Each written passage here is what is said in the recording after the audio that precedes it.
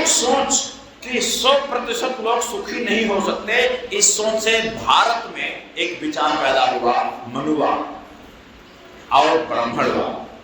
और यूरोप में, अमेरिका में एक विचार पैदा हुआ, उसका नाम था पूंजीवाद। पूंजीवाद ने एक नई बात कही। ब्राह्मणवाद ने, मनुवाद ने तो ये कहा कि जो ब्राह्मणों के घर में पैदा हुए हैं वो इज्जत के पात्र हैं। पूंजीवाद ने ऐसा नहीं बोला। पूंजीवाद ने यह कहा कि इज्जत का पात्र, इज्जत पाने का अधिकारी वो आदमी है जिसके जेब में पैसा है। एक नई बात है। और जिसके जेब में 1000 रुपया है वो 1 वोल्ट का इज्जत पाने का अधिकारी, और जिसके पास 10,000 रुपया है वो 10 वोल्ट के इज्जत पाने का अधिकारी, और जिसके पास 1 लाख रुपया है वो 100 वोल्ट इज्जत पाने का अधिकारी है। जिसके पास 100 करोड़ रुपया है और वो 1000 वोल्ट इज्जत पाने का अधिकारी है, उसने इज्जत को पैसे से जोड़ दिया। अब किसी जाति में पैदा हो जाओ, ब्राह्मण में पैदा हो और पैसा नहीं है तो तुम्हें इज्जत नहीं मिलेगी। एक पूंजीवाद का सिद्धांत। पूंजीवाद ने कहा तुम ऊंची जाति में पैदा हुए और तुम्हारी जेब में पैसा नहीं है, तुम्हारे पास धन नहीं है, दौलत नहीं है, तुम्हारे पास बैंक बैलेंस नहीं है, संपत्ति नहीं है, गाड़ी नहीं है, मोटर नहीं है, तो तुम्हें कोई इज्जत नहीं मिलेगी। ये सिद्धांत ब्राह्मणवाद नहीं है, ये सिद्धांत मनवाद भी नहीं है, ये सिद्धांत पूंजीवाद। क्या है? हिंदी में कहते हैं पूंजीवाद, अंग्रेजी में कहते हैं कैपिटलिज्म। यानी इंसान की इज्जत अगर पैसे से किया जाए तो पूंजीवाद, और इंसान की इज्जत और बेइज्जत जाति से किया जाए तो ब्राह्मणवाद और मनुवाद। इसको समझ लो। और ये दोनों विचार कैसे पैदा हुए? दोनों विचार एक ही सोच से पैदा हुए कि 100 के 100 लोग कभी सुखी नहीं हो सकते, केवल मुट्ठी भर सुखी होंगे। तो पूंजीवाद ने क्या किया? उसने कहा कि समाज का सारा धन 3% लोगों के हाथ में रहना चाहिए। 100 में 3 लोगों के पास सारी जगह, जमीन, पैसा, कौड़ी, धन, दौलत, ये 100 में 3 लोगों के पास रहने चाहिए। और ये जो 3 लोग हैं, नौकर रखेंगे, एक झाड़ू पोछा करने के लिए रखेगा, एक ड्राइवर रखेगा गाड़ी चलाने के लिए, एक बच्चा खिलाने के लिए रखेगा, एक रोटी पकाने बेलने के लिए रखेगा, है ना? ऐसे नौकर रखेंगे। तो नौकर रखते रखते क्या होगा? ये जो 3% आदमी हैं, ये 4% और लोगों को सुखी कर दें, वेतन दे, तो कुल कितने हो जाएंगे? 7%। अब बचे कितना? 93। पूंजीवाद कहता है कि ये 93 लोगों को सुख कभी नहीं मिल सकता। ब्राह्मणवाद ने इतनी बारीक गणित नहीं लगाई थी। ब्राह्मणवाद ने तो इतने मोटा मोटा कह दिया कि जो ब्राह्मण के घर में जन्मेगा सुख पाएगा, बाकी नहीं पाएगा। उसने तो मोटा मोटा कह दिया। लेकिन पूंजीवाद ने तो एकदम गणित लगाई, एकदम गणित बता दी। तो पूंजीवाद का कहना है कि 3% लोगों के हाथ में धन दौलत रहेगी, और वो जब उपभोग करेंगे तो 4% लोगों को अपना सेवक बनाएंगे, तो कुल 7% लोगों के घर में पैसा चला जाएगा, बाकी 93% लोग जानवर की तरह जिए। ये पूंजीवाद कहता है। ठीक है। अब हमारे नेताओं में कुछ लोग तो ऐसे भी हैं जो मनवादी भी हैं, जो ब्राह्मणवादी भी हैं और पूंजीवादी भी हैं। ये तीनों जहर उनके अंदर भरा है, तीनों। वो भी केवल पैसे वाले की इज्जत करते हैं, जिसके पास पैसा नहीं है उसकी इज्जत नहीं करते। एक और जुल्म होता है जातिवाद के नाम। ये जातिवाद क्या है? जातिवाद ये कहता है कि मेरी जाति के आदमियों का राज होना चाहिए, शासन होना चाहिए, अब बाकी जाति वाले शासित हों। हमारी जाति वाले राज करेंगे और बाकी जाति वाले हमारे राज में रहेंगे, उन पर शासन चलेगा। मतलब क्या होगा? शासन का अर्थ यह है कि धन दौलत मेरी जाति के पास रहेगा। अब मान लो कोई एक ऐसा देश बनाते हैं जहां केवल आपकी जाति के लोग हैं और दूसरी जाति के एक आदमी नहीं रहे। मान लो कि यादव का देश बनाते, ऐसे समझो।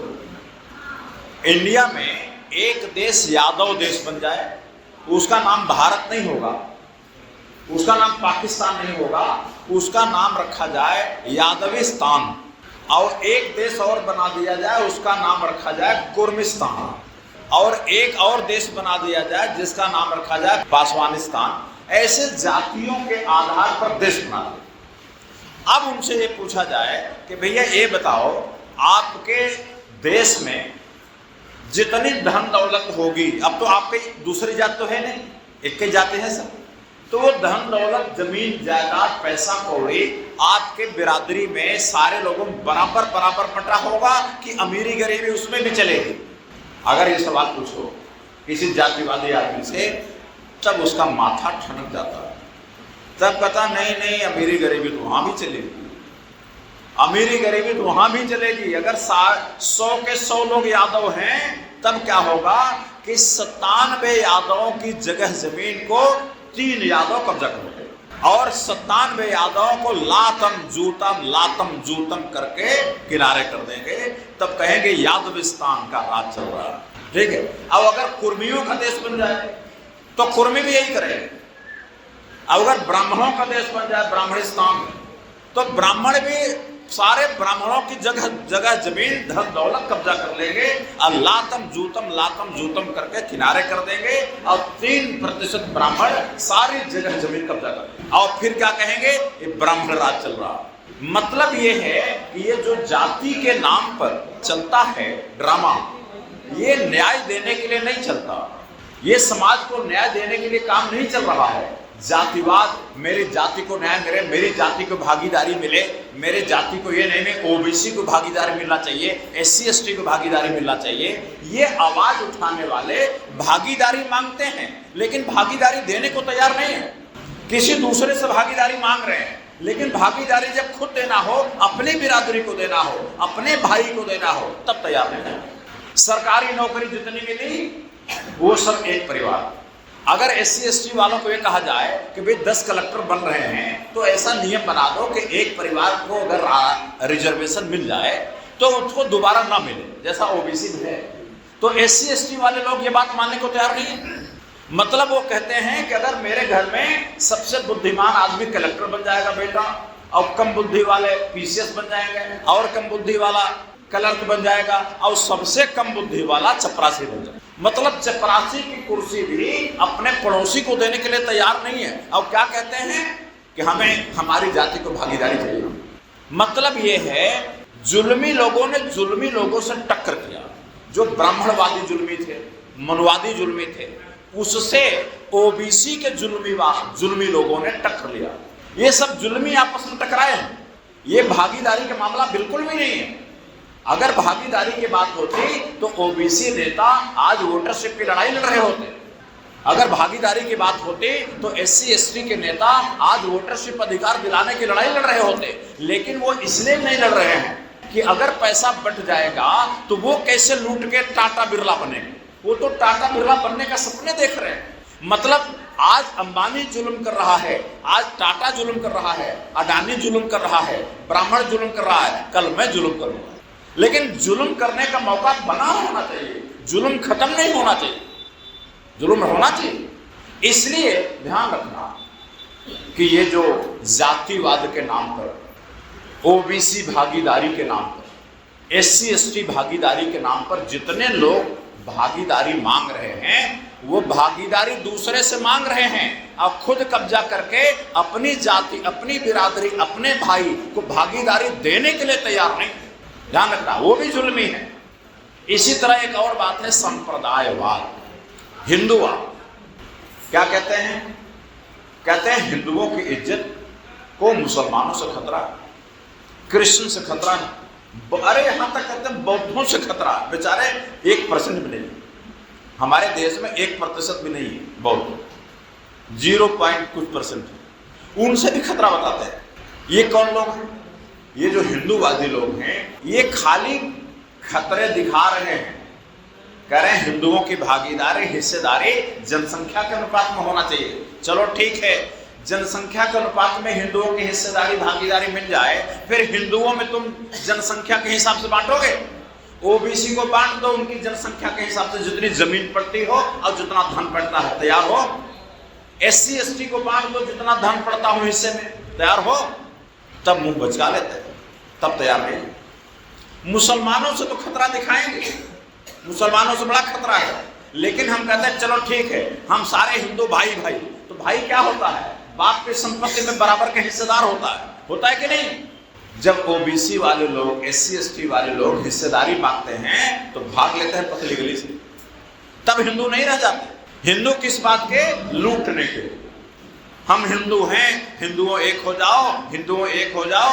तुम मुसलमानों को दौड़ाना, मुसलमानों की तरफ देखने लगना, और वो क्या करेंगे? तुम्हारी जेब में हाथ डाल करके काट लेंगे, जेब निकाल लेंगे। तुम्हारा ध्यान तो मुसलमानों की तरफ जब चला गया, तुम्हारी जमीन कब्जा कर।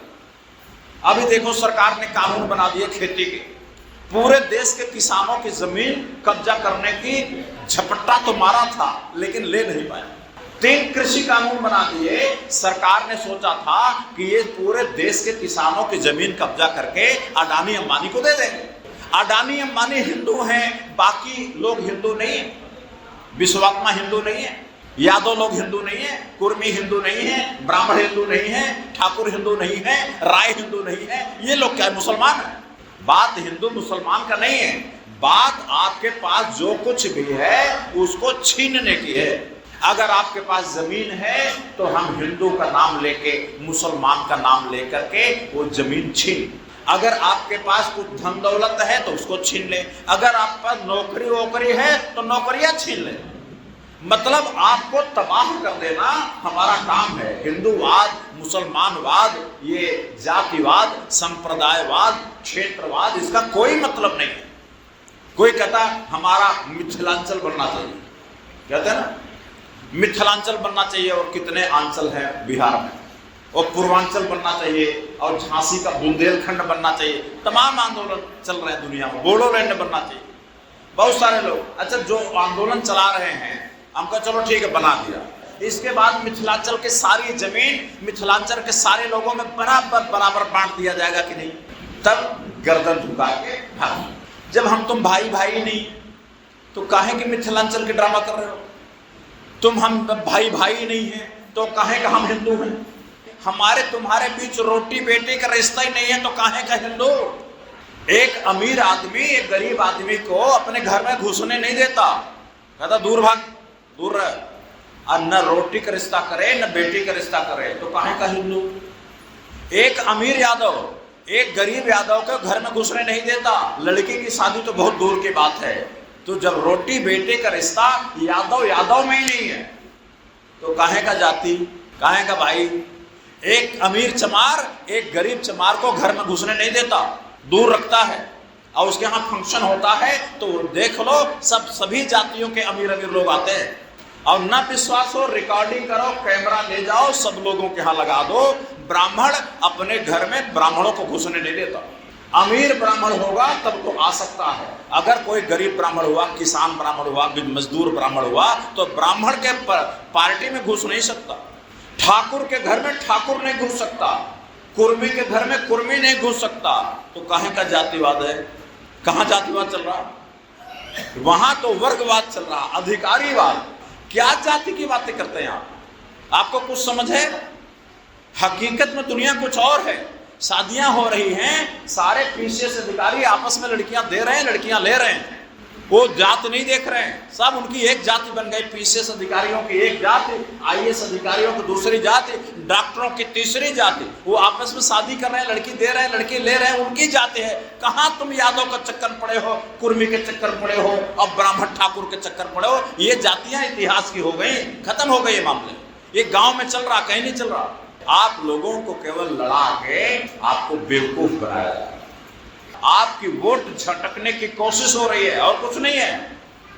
जो रोटी बेटी का रिश्ता ना करे, ना तैयार हो, वो अपना नहीं है। 90% यादव गरीब हैं, अपनी बेटी को 2% अमीर यादव के यहां नहीं दे सकते। वो यादव का यादव से कोई जाति का रिश्ता नहीं है। क्योंकि ध्यान रखना, जाति के रिश्ते के लिए, अपनेपन के लिए, भाईचारे के लिए पहली शर्त है रोटी बेटी का रिश्ता ना। अगर रोटी बेटे का रिश्ता है तो जाति, रोटी बेटे का रिश्ता नहीं है तो जाति नहीं। इसलिए दुनिया में मनुवाद घटियावाद है, ब्राह्मणवाद घटियावाद है, पूंजीवाद घटियावाद है, जातिवाद घटियावाद है। ये जितने वाद हैं, संप्रदायवाद, धर्मवाद, ये सब घटियावाद हैं। दुनिया में एक ही अच्छा वाद है, उसका नाम है मानवतावाद। मानवतावाद, इंसान। हम मानवतावाद सिखाते हैं, हम जातिवाद नहीं सिखाते, हम संप्रदायवाद नहीं सिखाते। हम ये नहीं कहते कि अपने धर्म से प्रेम करो, दूसरे धर्म से नफरत करो, हम ये नहीं सिखाते। हम ये नहीं सिखाते अपनी जाति से प्रेम करो और दूसरी जाति से नफरत करो, हम ये नहीं सिखाते। हम छोटी जातियों को के साथ घृणा करो, ये हम नहीं सिखाते। हम क्या सिखाते हैं? इंसान हो, इंसान से प्रेम हो, केवल इंसानियत का रिश्ता रखो, और जो सभी लोगों को, सभी इंसानों को सुखी देखना चाहते हैं, उनको अपनी जाति मानो, उनका अपने परिवार का सदस्य मानो, उनको अपने धर्म का सदस्य मानो। चाहे मुसलमान हो, वो अपने धर्म का ही है, चाहे वो क्रिश्चियन हो, चाहे बौद्ध हो, चाहे जैन हो, अपने धर्म का है वो। और जो दुनिया को, सुख को देखने के लिए तैयार नहीं है, यानी सबके घर में 8,000 रुपया पहुंच जाए, ये मानने के लिए तैयार नहीं है, उसका बहिष्कार करो। उसके यहाँ लड़की मत दो, उसके यहाँ की लड़की अपने घर में मत ले आओ, उससे दूरी बनाओ, डिस्टेंस बनाओ।